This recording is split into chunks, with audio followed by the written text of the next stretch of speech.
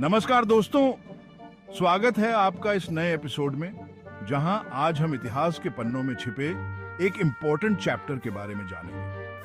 आज हम ये समझेंगे कि आखिर वो क्या रीजंस थे जिनकी वजह से लाखों भारतीयों ने अंग्रेजी सेना में शामिल होना ठीक समझा। क्या ये सिर्फ एक जॉब अपॉर्चुनिटी थी या फिर इसके पीछे कुछ और भी था, जैसे कि सामाजिक, राजनीतिक और आर्थिक स्थितियां? इस सवाल का जवाब जानने के लिए हमारे साथ इस वीडियो में अंत तक बने रहिए, क्योंकि आज हम उन सभी पहलुओं पर गौर करेंगे जिन्होंने भारतीयों को अंग्रेजी सेना का हिस्सा बनने के लिए प्रेरित किया। दोस्तों, 18वीं और 19वीं शताब्दी में जब अंग्रेजों का शासन था, तब भारत में जॉब्स बहुत कम मिलती थी।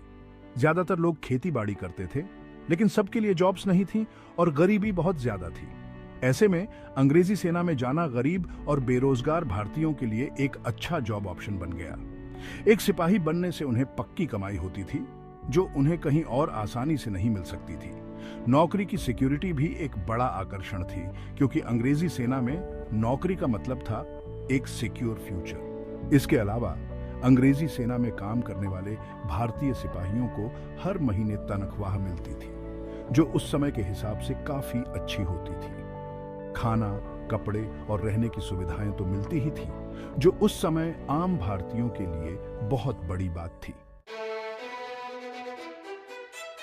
दोस्तों, पैसों के अलावा कुछ सामाजिक रीजंस ने भी भारतीयों को अंग्रेजी सेना में शामिल होने के लिए प्रेरित किया। अंग्रेजी सेना में जाना कई भारतीयों के लिए समाज में इज्जत बढ़ाने जैसा था। सेना में नौकरी पाने वाले सिपाहियों को समाज में मान सम्मान मिलता था। उनके परिवारों को भी समाज में एक बेहतर दर्जा मिलता था। ये उस जमाने की बात है जब लोग इज्जत और रुतबे को बहुत इंपॉर्टेंस देते थे। अंग्रेज अलग अलग जातियों के लोगों को सेना में भर्ती करते थे, जिससे उन जातियों को एक नई पहचान मिली जो पहले सेना में नहीं जा सकते थे। खासकर जो लोग छोटी जातियों से आते थे, उनके लिए ये एक अच्छा मौका था समाज में ऊपर उठने का। दोस्तों, 18वीं सदी के बीच तक अंग्रेजों का राज पूरे भारत में फैल चुका था। प्लासी 1757 और बक्सर 1764 की लड़ाई के बाद भारतीय राजा और नवाब कमजोर हो गए थे। कई भारतीयों ने अंग्रेजों को एक शक्तिशाली और स्थायी शासक माना। उन्होंने सोचा कि अंग्रेजी सेना में शामिल होने से न सिर्फ उनकी नौकरी सुरक्षित रहेगी, बल्कि वो नए राजाओं को खुश करके अपनी पोजीशन भी मजबूत कर सकेंगे। जब अंग्रेजों ने भारतीय राज्यों को जीत लिया, तो उन्होंने वहां अपनी सेना बढ़ा दी, जिससे कई भारतीय अंग्रेजी सेना में शामिल हो गए, क्योंकि उनके पास और कोई चारा नहीं था। दोस्तों, अंग्रेजी सेना अपने सैनिकों को अच्छी मिलिट्री ट्रेनिंग देने के लिए फेमस थी। भारतीय सिपाहियों को भी यूरोपीय तरीके से ट्रेनिंग दी जाती थी, जिससे उन्हें नई युद्ध तकनीक और मॉडर्न हथियार चलाना सिखाया जाता था। ये ट्रेनिंग भारतीय सिपाहियों को युद्ध में माहिर बनाती थी और उन्हें डिसिप्लिन में रहकर लड़ना सिखाती थी। ये उनके लिए एक नया एक्सपीरियंस होता था, जो उन्हें पहले कभी नहीं मिला था। अंग्रेजी सेना में शामिल होकर भारतीयों को आगे बढ़ने के भी मौके मिलते थे। अच्छे काम के लिए उन्हें प्रमोशंस मिलते थे और वो ऊंचे पदों पर जा सकते थे, जिससे उनका करियर आगे बढ़ता था।